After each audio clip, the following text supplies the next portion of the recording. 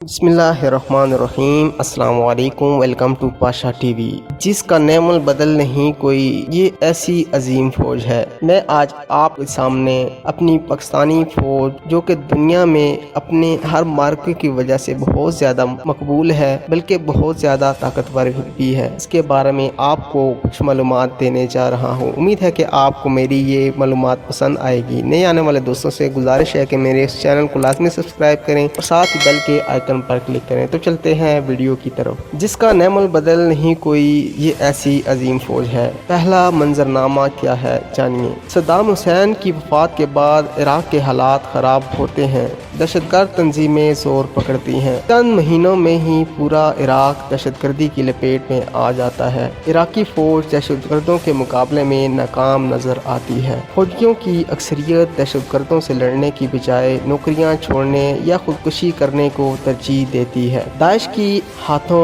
अपनी अवाम के कटते हुए सरों को इराकी फौज बेबसी से देखती है। नतीजा क्या निकलता है? नतीजा हमारे सामने ये निकलता है कि पूरा इराक आग व खून के समंदर में डूब रहा है। दूसरा मंजर मुल्क शाम से लिया गया है। शाम में चंद लोग हुकूमत मुखालिफ निकलते हैं।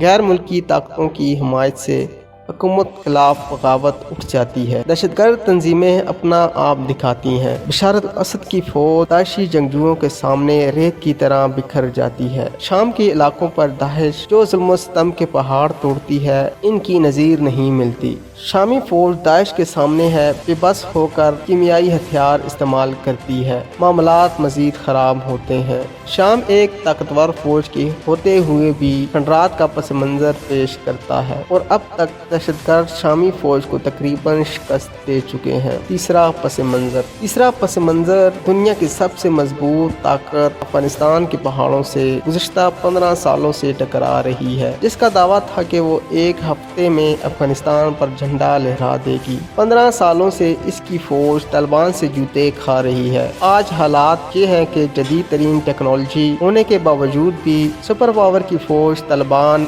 से मुज़ाकरात की भीख मांग रही है। हजारों फौजी जहनी मरीज बनकर वापस अमेरिका चले गए हैं। सैकड़ों खुदकुशी कर चुके हैं। तालिबान आज भी अक्सरियत इलाके पर कब्जा जमा कर सुपर पावर की फौज दुनिया में मजाक बनवा रहे हैं। ये तीन मनाजर हमें बताते हैं कि दहशतगर्दों और बागियों के सामने दुनिया की बेहतरीन अफवाज शिकस्त तस्लीम कर चुकी हैं। क्या ये दहशतगर्द इतने ही ताकतवर हैं जो बड़ी बड़ी ताकतों को घुटने टेकने पर मजबूर कर देते हैं? जी नहीं हजूर, एक फौज और भी है जिसने अपनी कौम को इन दरिंदों से पाक किया, जिसने मुल्क के तूलो अर्ज में फैले हुए वहशियों को लगामें डाली। इन वहशियों ने कौम के 70,000 लोगों के गले काटे, मगर ये फौज इनके सामने डटी रही। इस फौज के जवानों के सिरों से फुटबॉल खेला गया। इन फौजियों के बच्चों के गले काटे गए, मगर शायद ये फौज किसी और दुनिया की फौज थी। ये एक कदम पीछे भी ना हटी। इसे काफिर फौज, मुर्तद फौज कहा गया, मगर फिर भी ये कौम की तरफ बढ़ती हुई गोलियां अपने सीनों से रोकती रही। ये वाकई अजीब फौज थी। इसके किसी फौजी ने खुदकुशी नहीं की।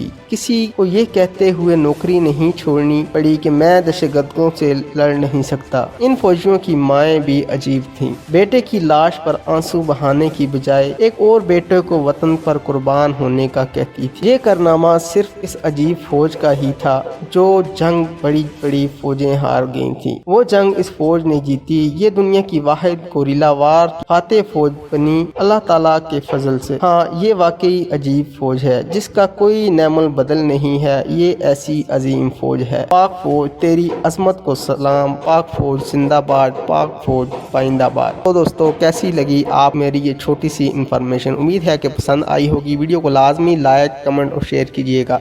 अगली वीडियो तक के लिए इजाज़त दें। अल्लाह हाफिज़।